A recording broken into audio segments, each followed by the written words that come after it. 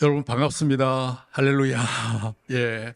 오늘은 8월 31일 날이 되겠습니다.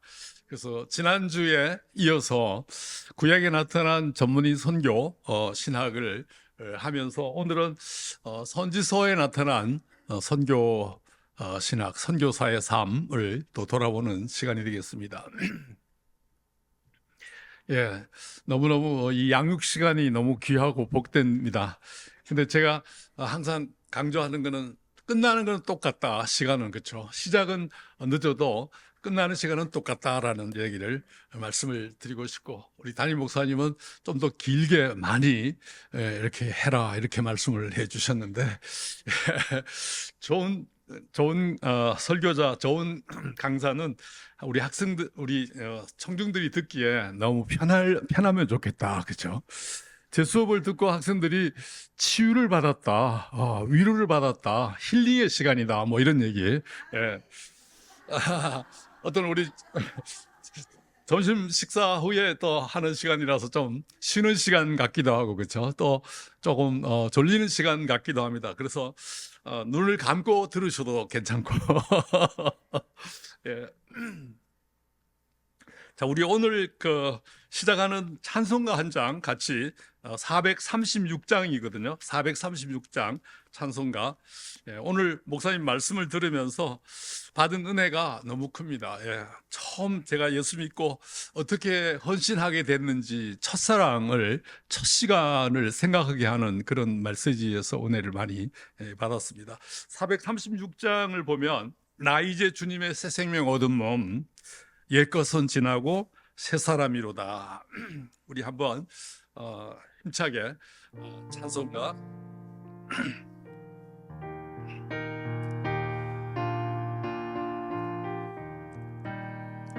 나 이제 주님의 새 생명 얻은 몸, 옛것은 지나고 새 사람이로다. 그 생명 내 맘에 강같이 흐르고 그 사랑 내게서 해같이 빛난다. 영생을 누리며 주 안에서 오늘도 내일도 주 함께 살리라. 주 안에 감추인 새 생명, 주 안에 감추인 새 생명 얻으니 이전에 줬던 것 이제는 값없다. 하늘의 은혜와 평화를 맛보니 찬송과 기도로 주 함께 살리라. 영생을 누리며 주 안에서 오늘도 내일도 주 함께 살리라. 산천도 조목도 산천도 조목도 새같이 되었고 죄인도 원수도 친구로 변한다. 새 생명 얻은 자 영생을 누리니 주님을 모신 새 하늘이로다. 영생을 누리며 주 안에서 오늘도 내일도 주 함께 주 따라가는 길, 주 따라가는 길 험하고 멀어도 찬송을 부르 이 따라가리라.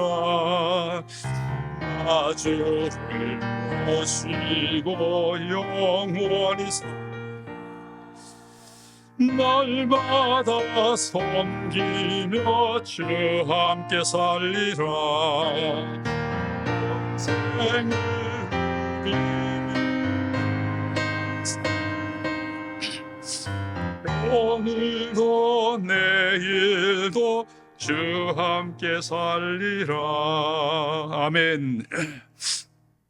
이 찬송가는 여러분 우리 한국분이 작사하고 한국분이 작곡한, 그래서 우리의 그 문화에 맞는 그런 곡이 있죠. 그래서 하면은 아주 자연스럽다, 우리의 어떤 정서에 맞다 이런 게 느껴지는 그런 곡이다 이렇게 볼 수 있고, 과거에 그 개역 성경 개역 찬송가에는 영생을 맛보며 이렇게 나와 있습니다. 그런데 이제 이게 개역 개정판이 되면서 이제 원래 가사대로 하면은 이제 카피가 되기 때문에, 또 저작권을 내야 되기 때문에 살짝 바꿔놨습니다. 그래서 첫 번째 불렀던 그 찬송가의 그 뉘앙스라 그러나요? 그 느낌이 조금 없어진 듯한 이런 표현.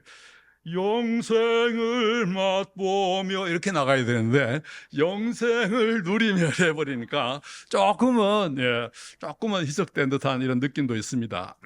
그래서 성경에 보면은 개역 개정판이 이제 참 쉽게 번역이 됐다고 할 수 있지만, 개역판에서 젊은 사람들이 쉽게 이해하기 위해서 용어를 막 바꿔버립니다. 그래서 조금은 원래 말씀하고는 좀 다르게 되지 않았나 이런 생각을 주는 것도 있습니다.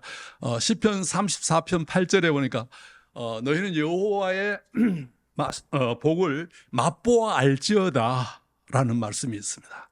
하나님의 이 축복의 말씀을 그저 귀로만 듣고 그저 지나치는 것이 아니라 내 삶에 적용을 해서 정말 하나님의 하늘나라의 맛이, 하늘나라의 그 평강과 축복이 현재에도 이 땅에 있는 동안에도 느껴지는 삶.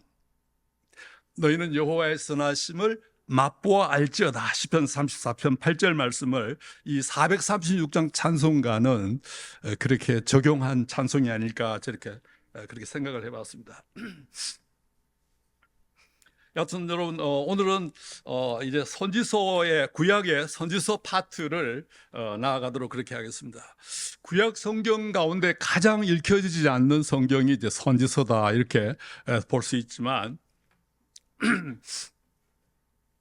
예수님은 구약을 세 가지로 가르쳤습니다. 첫 번째가 모세오경, 그리고 두 번째가 선지서, 세 번째가 시편. 이렇게 구약이 우리가 39권으로 알고 있지만 예수님은 구약을 세 권으로 나눴습니다. 첫 번째가 모세오경, 모세의 글.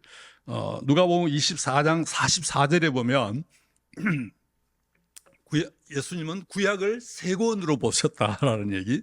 첫 번째가 모세의 글, 그리고 선지서, 그리고 시편. 이렇게 하면은 구약 39권이 다 포함되는 그런 말씀이기도 합니다.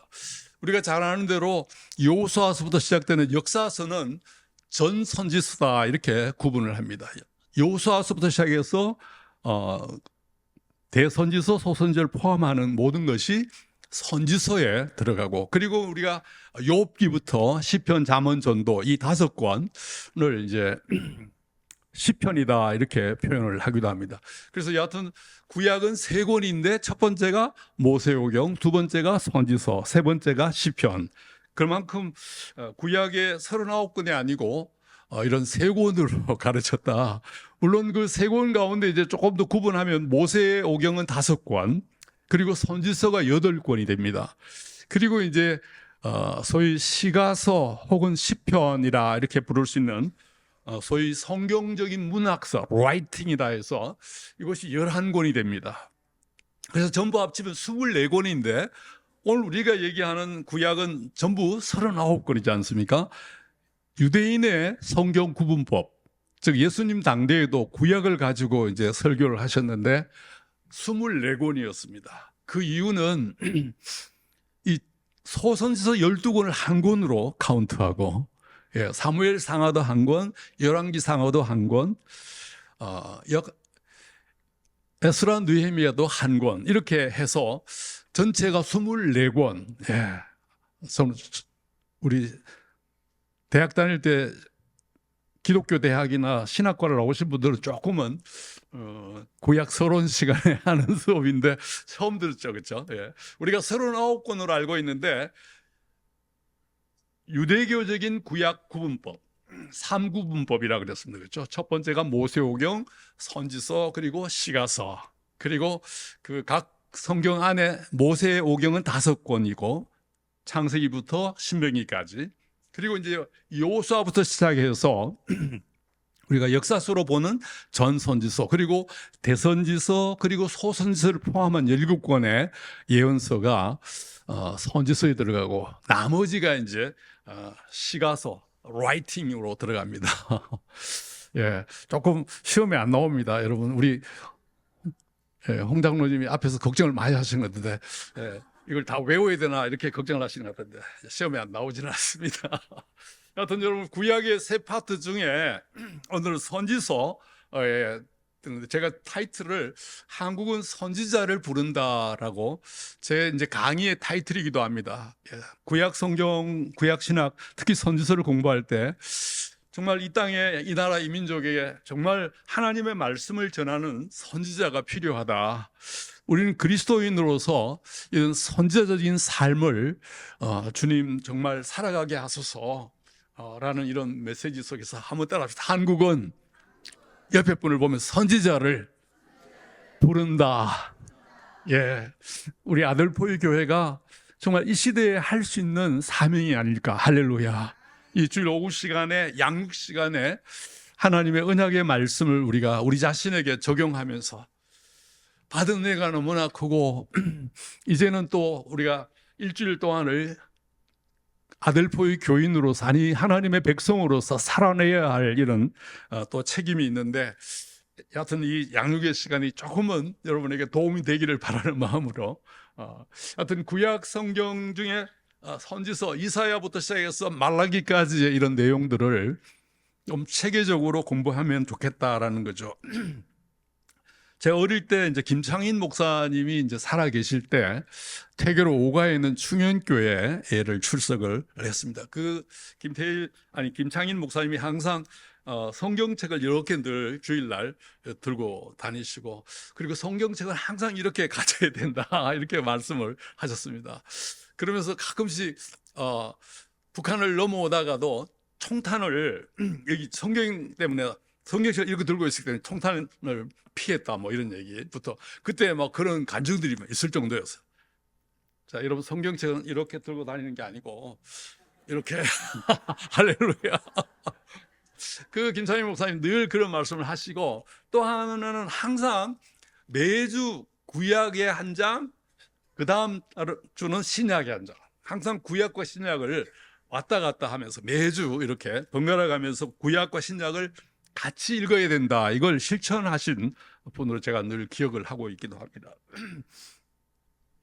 여하튼 구약에 대해서 특히 이사야서부터 시작해서 말라기까지의 선지서는 나와는 어떤 상관이 있을까, 우리 각자에게 한번 물어보시고 선지서에 대한 새로운 좀 감각을 가졌으면 하는 이런 바람이기도 합니다. 여하튼 여러분, 선지서 첫 번째로 선지자는 누구인가에 대해서 가끔씩 제가 시간에 말씀을 드렸지만, 선지자, 프라핏이라고 하는 선지자는 누구인가, 제가 첫 시간에 대부분의 선지자들은 선교사였다. 그래서 너무나 잘 아는 말씀대로 이사야 같은 경우에는 정말로 땅의 모든 이방인들이 주께로 돌아와서 먼 섬으로 선교를 하는 선교사들이 될 것이다. 하박국 2장 14절에는 정말로 하나님의 백성들을 중에는 복음이 땅끝까지 전파되어서 여호와를 인정하는 것이 전 세계에 가득하리라라고 이렇게 했던 말씀이기도 합니다. 우리가 잘 아는 찬송가의 주제들이 주로 선지자들의 선교 메시지를 찬송가로 만들었던 분들이다, 이런 점에서 여하튼 선지자, 다른 얘기로 하면 선교사들이었구나, 또 다른 얘기를 하면 신자 중에 신자가 바로 선지자구나, 이렇게 또 우리가 적용을 해볼 수가 있다 그랬습니다. 여하튼 여러분, 제가 새로 강의 안에 새로운 부분을 많이 첨가를 해가지고 오늘은 PPT로 이렇게 올려놨습니다만은, 한마디로 God's mouth다, 하나님의 말씀의 사람이다. God's mouth, 하나님의 입이다. 정말로 한마디 한마디가 다 하나님의 말씀이다. 여하튼 정말 쉽지 않은 표현입니다만은 하나님의 입처럼 나오는 말 한마디 한마디가 하나님의 말씀을 대변하는 삶. 한번 따라합시다. God's mouth. 정말 하나님의 말씀이 선포되고 들려지고 알려지는 데 있어서 쓰임 받는 하나님의 도구다라는 사실을 크게 이제 제가 한번 정의를 해서 하나님의 말씀의 사람이다. 제가 옆에 사무엘상 3장 10절 말씀이라고 썼습니다만은 선지자 가운데 사무엘이 어릴 때 최초로 하나님의 말씀을 들었을 때 3번씩이나 사무엘아 사무엘아 이렇게 불렀는데 하나님께서 말씀하시는 줄을 알지 못했다 그랬습니다. 나중에 3번째 듣고 나서는 주여 말씀하소서 종이 여기 있나이다. 한번 따라합시다. 주여 말씀하소서 종이 듣겠나이다. 그래서 선지자 그러면은 말씀의 사람이고 하나님의 말씀이면 듣겠습니다. 아멘. 하고 고백하면서 암흑 시대를 개척했던 인물이 바로 사무엘이라는 선지자가 되겠습니다. 여하튼 선지자에 대한 여러 가지 정의가 나오는데 첫 번째가 이스라엘 사람이어야 된다는 거죠. 거듭난 예수 그리스도를 영접하고 옛사람이 변하여 새사람 된 사람. 요한복음 3장 3절에서 6절에 니고데모가 주님 앞에 왔을 때 너는 반드시 거듭나야 된다. 즉 그리스도로 말미암아 옛사람이 죽고 물과 성령으로 아멘하고 거듭난 사람이 첫 번째 말씀의 사람이 될 수 있다. 이런 말씀이죠. 이스라엘 사람이 된다는 것은 오늘날 우리로 말하면 예수 그리스도를 믿고 체험한 사람이 되겠다. 그렇죠? 그리고 소명을 받은 자로서 날마다 주님과 함께 살아가는 소명자여야 되겠다.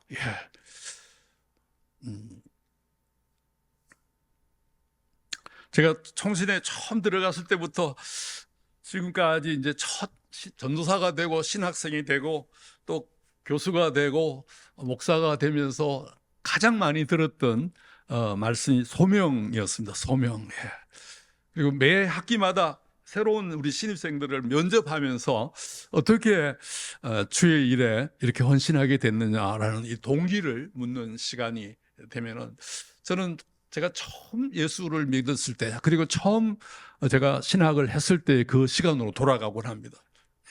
저는 78년도니까 지금부터 거의 뭐 한 48년 전 정도 됩니다만은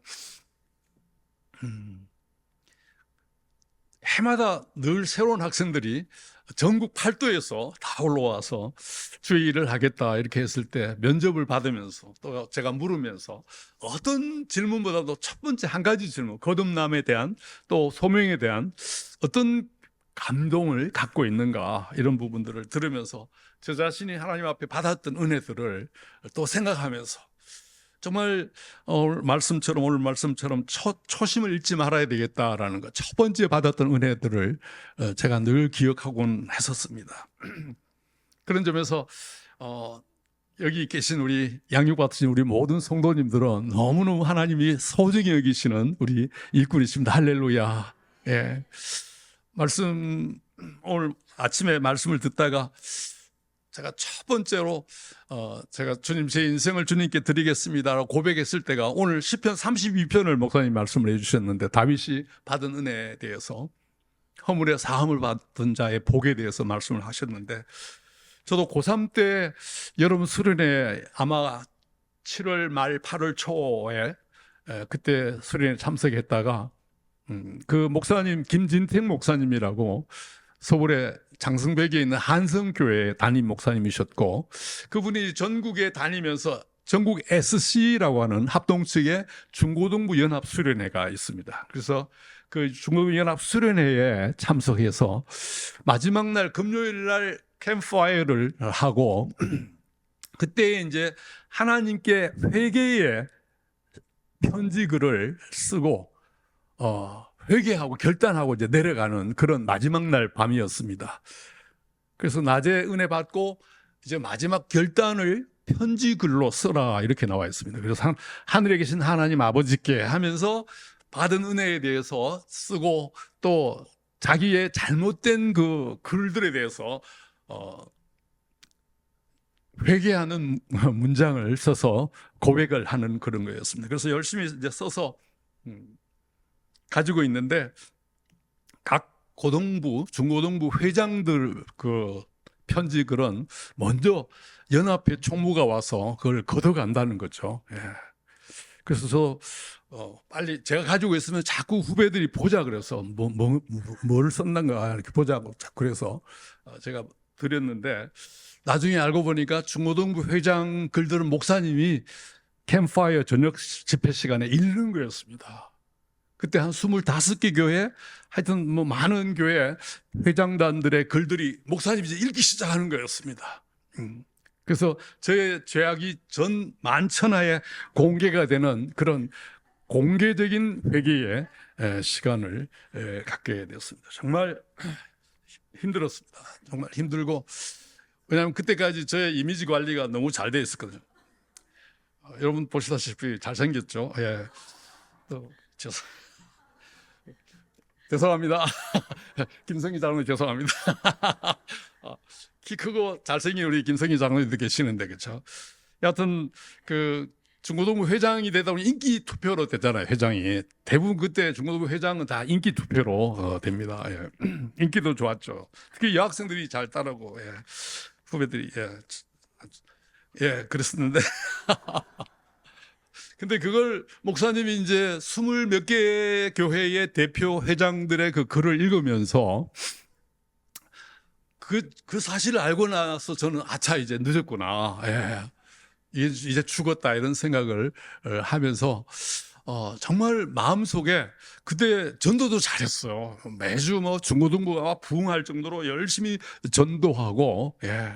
그 당시에 전도를 받았던 분이 나중에 총신에 신학생으로 온 분도 계셨어요. 그래서 자기 가족을 제가 구원했다고 너무 기쁘다고. 여기 박인기 목사님이라고 인천에 계시는데 그분이 원래 공문이었다가 나중에 그 가정이 다 제가 전도해서 예수를 믿게 됐다 이런 얘기도 나중에 신학교에서 듣기도 했습니다만은 여하튼요 여러분 아주 열심히 있는 중고등부 회장으로서 아주 인기도 좋고 또 주일학교 선생이었어요 제가. 예.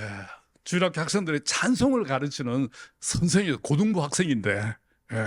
근데 그때는 뭐 그냥 일꾼이 많지 않으니까 처음 은혜 받고 이제 여하튼 참 잘 나갔었는데 그게 이제 문제가 된 거죠. 모든 사람 앞에서 다 이제 목사님이 읽어나가기 시작하던데 첫 번째 봉투가 개봉이 됐습니다. 혹시 제 거를 읽으시나 했는데 아니었어요. 두 번째도 아니었어요. 세 번째, 다섯 번째도 아니었어요. 근데 이제 제 마음속에는 여러 가지 참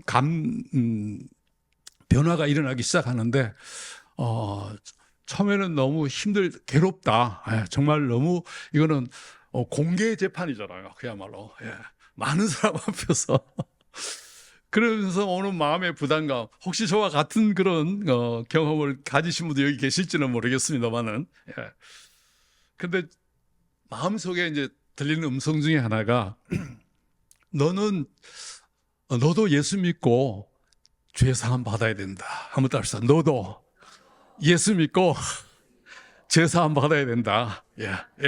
남을 전도하기 전에 너부터 구원에 대한 이런 은혜가 있어야 된다라는 말씀과 함께 또 한 가지는 내가 없던 얘기를 소설처럼 쓴 것도 아닌데 내가 물론 뭐 18살, 19살밖에 되지 않았지만 고등학생이지만 비록 산 게 얼마 되지는 않지만 그래도 하나님 앞에서 진솔한 고백이기 때문에 없던 얘기를 지어 쓴 것도 아닌데 마치 없는 사람처럼 그렇게 호들갑 여하튼 그런 음성 속에 나도 예수 믿어야 될 사람이구나. 아니 예수님이 나를 위해서도 오셨다라는 남을 위한 전도, 남에게 많은 것을 베푸는 이런 쪽으로 살다가 처음 제 자신을 고백하게 되고 내려놓게 되고 주님 나에게도 예수님이 필요합니다. 아멘. 그러면서 주님 이제 제 남은 인생을 주를 위해서 바치겠습니다. 이런 고백들이 제 혼자서 이제 다들 듣고 있는 그런 상황에서 저 자신은 그 제 편지가 그 목사님 손에 들려 있기 때문에 그런 들을 상황이 아니었습니다. 사실은. 예.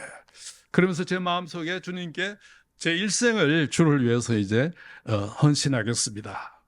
그전에는 우리 장로님들처럼 사업을 잘하고 아니면 출세하고 성공해서 목사님을 많이 돕겠습니다. 이렇게 이제 했다가 이제는 제가 말씀을 전하는 자가 되어서 신학을 해서 주의 복음을 전하겠습니다라는 이런 고백으로 이제 바뀌게 되기도 했습니다. 여하튼 여러분 이런 얘기 짧게 하려고 그랬는데 그렇죠? 그 25개, 28개 정도의 편지가 다 읽혀지는 중에 제 거를 저는 듣지를 못했어요. 듣지를 못했는데 나중에 제가 이제 생각을 해봤어요. 보니까 목사님이 글을 읽을 때 어떤 그 지명이라든지 어떤 사람 이름이라든지 뭐 이것을 읽지 않으신 것 같아요. 그래서 누가 누구 그런지를 모를 정도로 그래도 어느 정도 그 필체라든지 그 들려오는 그런 소리를 들으면 이게 내 것일 것이다 이런 생각은 드는데 근데 제 마음속에 벌써 은혜가 넘치고 헌신한 상황에서 그 말씀을 들었을 때는 제게는 큰 하나의 변화의 계기가 되었습니다. 하여튼 그때 물론 열심히 교회는 다녔지만 그 당시에 받았던 은혜가 평생을 주를 위해서 헌신하는 계기가 됐고 이 얘기를 제가 이제 수업 시간에 그때가 2000년도인가 99년도인가 그때 초창기에 수업 시간에 잠깐 이 얘기를 하니까 어떤 여자 집사님 한 분이 궁금하대요. 그 편지 내용이 좀 알려줄 수 없냐고. 무슨 죄를 많이 지어서 그렇게 평생을 주를 위해서 바쳤느냐. 예. 그리고 이 총신에 들어오는 그 길이 어떻게 그렇게 시작이 됐다 그러는데 근데 그분이 지금 인도에서 선교하고 계세요.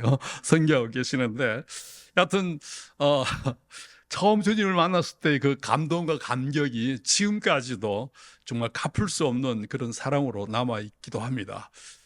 근데 주님께 드린다고 했지만 사실은 드린 게 아니고 너무 많이 받게 하시고 오늘도 참 예배하면서 섬기는 가운데서 그 모습을 또 보게 됩니다만은 하나님 앞에 어떤 식으로 콜링이 있었는가, 하나님을 어떻게 만났는가, 또 우리의 죄 문제가 어떻게 해결이 됐는가, 아직도 해결되지 않고 내가 짊어지고 다니는가, 이런 부분이 제 신학의 중심이 되고 삶의 중심이 됐고, 물론 뭐 아버님이 그렇게 목회자 되는 걸 반대해도 계속해서 한 길로 갈 수 있었고, 총신에서 7년이죠. 대학 4년, 신대원 3년, 중간에 군대 3년, 10년입니다. 10년을 또 부족하지만 하나님 앞에서 또 섬길 수 있는 기회가 됐고요.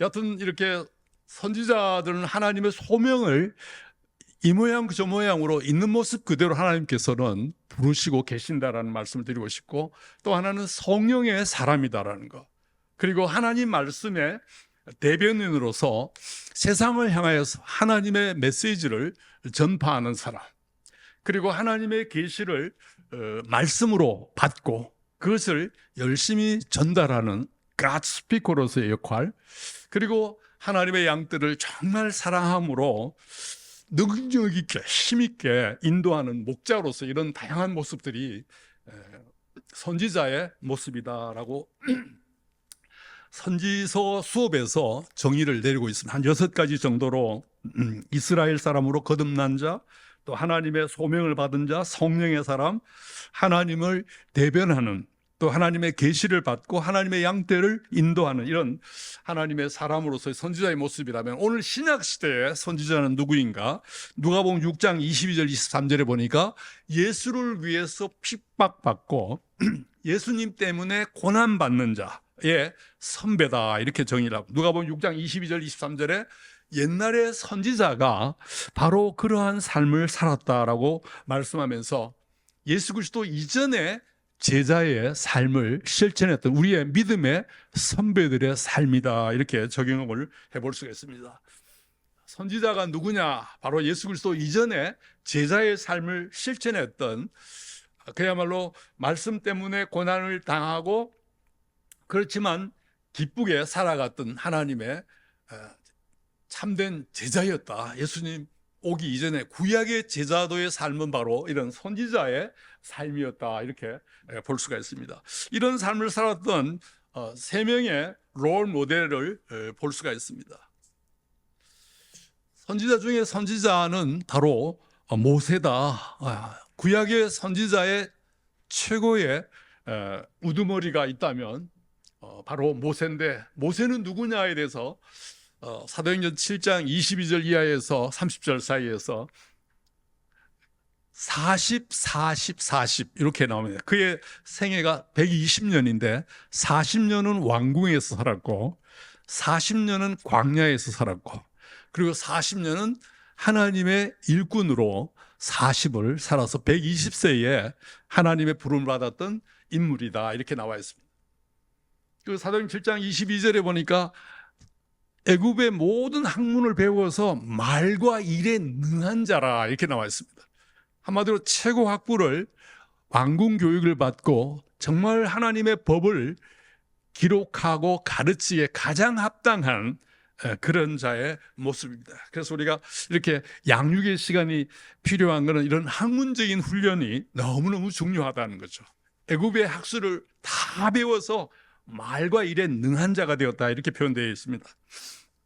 그렇지만 하나님의 방법은 40 왕궁 교육으로 끝나지 않고 다시 40년의 광야 시간이 지나게 되고 나이가 80이 되던 어느 날 모세야 모세야 부르시는 주님의 부르심 앞에 정말 위대한 하나님의 선지자로, 심지어 히브리서 3장 1절 3절에는 예수님이 누구인가를 드러낼 때 모세는 나의 사환으로 하나님의 역사에 있어서의 종으로 섬김을 받았다라고 할 정도로 가장 예수님을 잘 보여주는 인물 중에 하나가 모세다, 이렇게도 표현을 합니다. 여하튼 이 하나님의 계시를 수납해서 가르친 최초의 선지자, 그래서 우리가 잘 아는 창세기부터 신명기까지의 내용 5권의 성경이 모세의 글로 나와 있고, 여호수아는 바로 이 모세를 이어서 이 하나님의 말씀을 가지고 사역한 그런 인물이 되겠습니다. 그리고 두 번째는 사무엘입니다. 한마디로 암흑 시대를 끝내고 지혜와 말씀의 능력의 시대를 개척한 선지자가 사무엘이다, 이렇게 볼 수 있습니다. 사무엘상 3장 1절에 보니까 그 엘리 제사장 시대 때에 사무엘이 어릴 때에 자랐던 그 배경 속에서는 모든 것이 희미한 시대였다, 즉 하나님의 말씀이 없는 시대였다, 이렇게 설명을 하고 있습니다.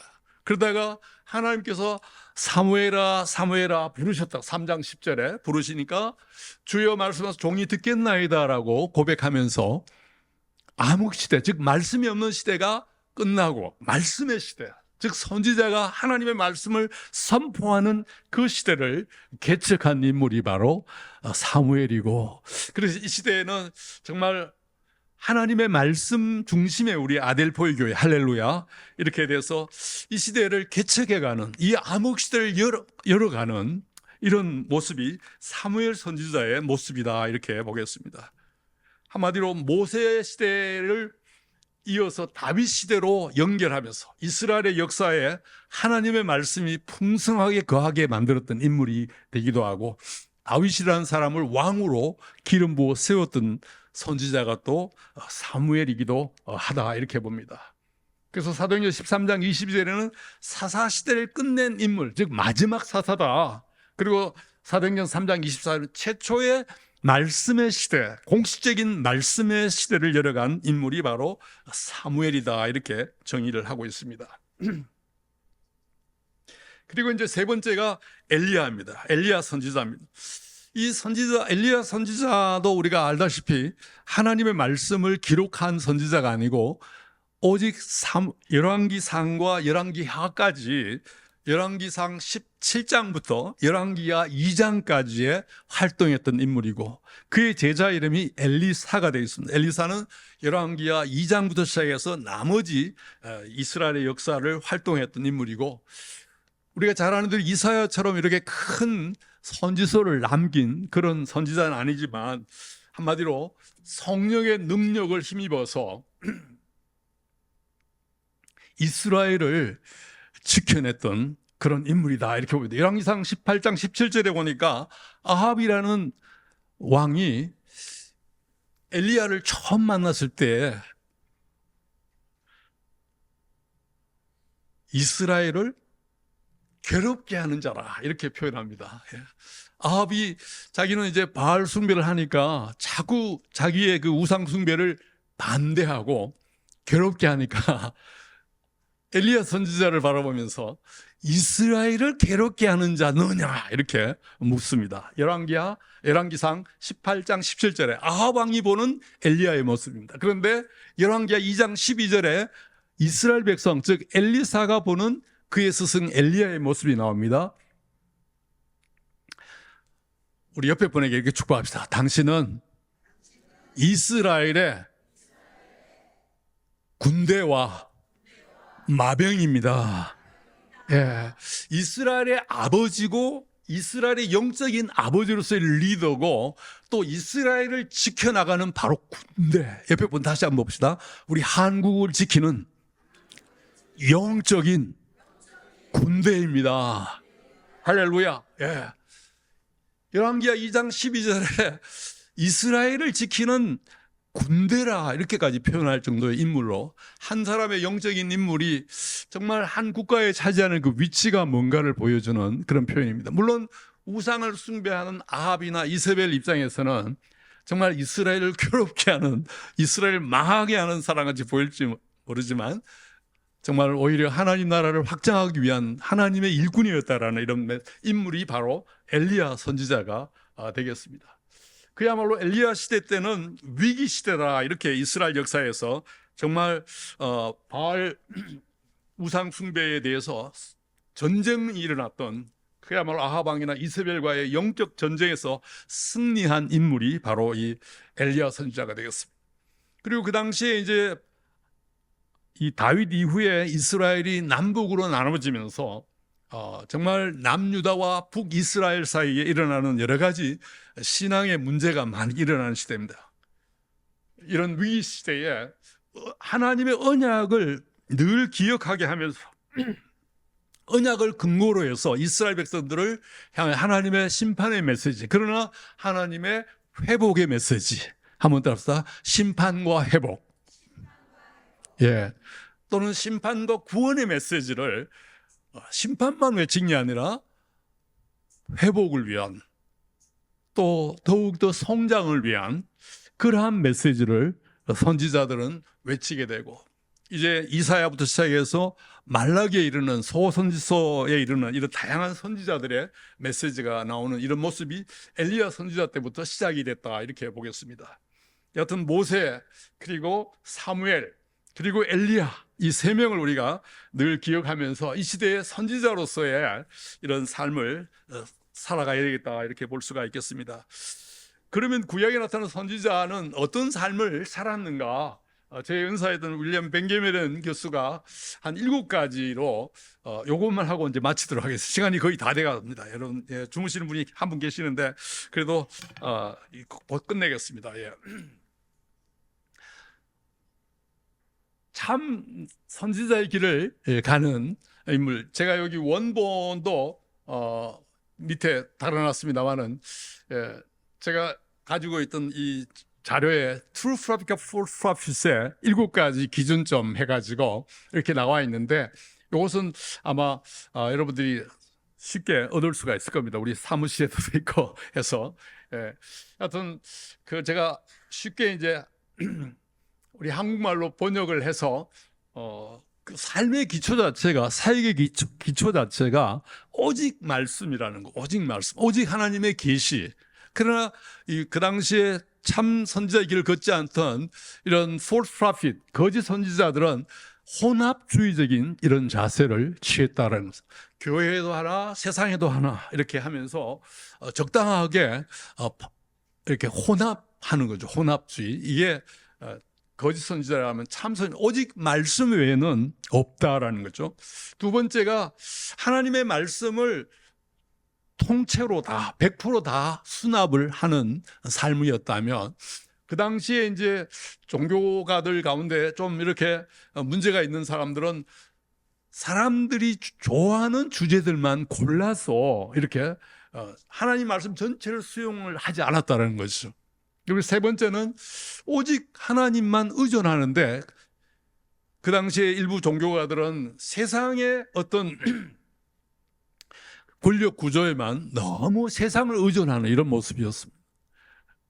하나님만 의존하기 때문에 세상의 모든 의존을 끊어버린 이런 모습들이죠. 이게 그 당시에 오직 하나님만 섬기는 이런 모습입니다. 그리고 네 번째는 하나님과 철저히 매 순간마다 연결된 하나님의 사람이라면, 그 당시에 거짓 종교가들은 하나님과는 전혀 관계없이 사람들의 모임만을 만들어가는 이런 모습이 보인다는 거죠. 제가 여기 나오는 이 7가지의 기준은 이제 윌리엄 벤게민 교수님이 구약에 나타난 모든 선지자들의 삶을 분석하면서 7가지를 내세웠는데, 그리고 5번째는 오직 하나님의 나라, 눈을 뜨면 하나님 나라, 오직 그의 나라와 그의 일을 구하는 주님의 나라라면, 거짓 선지자들, 그 당시에 잘못된 종교가들은 그저 하나의 조직과 자신의 어떤 위치만을 추구했다라는 것이죠. 그리고 세 번째는 하나님 앞에서의 두렵고 떨리는 하나님 중심의, 또 하나님 앞에 늘 서 있다라는 이 코람데오 혹은 종말론적인 이런 마지막 때다라는 이런 삶을 추구하는 이런 모습이었다면, 인간 중심의 상황 논리적인 이런 모습으로 거짓 선지자들은 갔고요. 그리고 마지막으로 참 선지자의 삶은 항상 기쁨이 아니고 고난이었다라는 거, 결과가. 그렇지만 이런 거짓 종교가들은 이런 세상적인 혼합 정책으로 말미암아서 인기와 명예와 권력을 누리게 됐다, 이렇게 설명을 하고 있습니다. 여튼 여러분, 이렇게 한 7가지의 이 기준은 제가 이제 30년 전에 처음 구약을 공부할 때, 30년이 아니라 35년 전에 처음 구약을 이제 MDB를 마치고 THM을 할 때 이제 이 선지서 공부 수업에 달달달 외웠던 말씀이고, 또 이 말씀은 제 책상 앞에 항상 걸어놓고, 이 시대에 참 신자의 모습, 참 선교사의 모습, 참 목자의 모습이, 참 우리 신자의 모습이 아닐까, 이렇게 생각하면서 늘 외우는 그런 말씀이 되겠습니다. 여기 6번째 오른쪽 true prophet 밑에 6번째가 theocentric이라는 말이 T자가 빠졌는데 나중에 교정을 하도록 하겠습니다. theocentric ethic이라고 해서 하나님 중심적인 이런 윤리관 속에서 정말로 멋진 모습 속에 사역을 감당했다, 이렇게 볼 수가 있겠습니다. 여하튼 여러분, 이 시대의 선지자는 선교사고 또 선교사는 선지자다라는 이런 구약의 메시지를 우리가 정리하면서 우리 아델포이 교회에 멋진 1주간의 우리 놀라운 역사가 일어날 줄로 믿습니다. 한번 같이 기도하겠습니다. 사랑의 아버지 하나님, 고맙습니다. 오늘도 8월 마지막 주, 또 새로운 가을을 시작하는 이 시간에, 양육의 시간에 선지자적인 삶에 대해서 나누게 하심에 감사를 드립니다. 주님, 오늘도 함께 하신 우리 온 성도님들을 주님 축복해 주시고, 이 시대에 귀하고 복된 사명을 더 잘 감당하는 저희가 되기를 주여 원합니다. 예수님의 이름으로 기도합나이다. 아멘.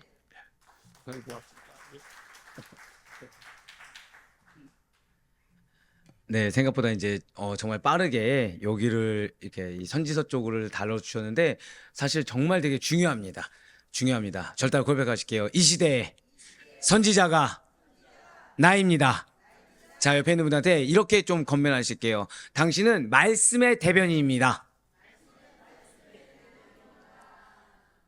이거를 놓치시면 안 됩니다. 오늘 사도 바울도 역시 마찬가지로 우리의 정체성을 먼저 생각하라는 거였죠. 근데 여러분들 그 초심이라는 것이 어떤 건지 잘 듣지 않으셨습니까? 우리가 정체성을 기억한다는 것은 우리의 삶이 바뀝니다. 역시 마찬가지로 여러분들이 이 사명, 선지자적인 사명을 놓치지 않는다고 한다면 여러분들의 언행과 표정과 삶이 바뀝니다. 그러니 여러분들 정말로 내 가정과 내 상황이 바뀌길 원한다. 근데 내가 진짜 뭘 해야 될지 모르겠다. 작은 것부터 실천하셔야 돼요. 작은 건 다른 게 아닙니다. 나는 어떤 대변자라고요?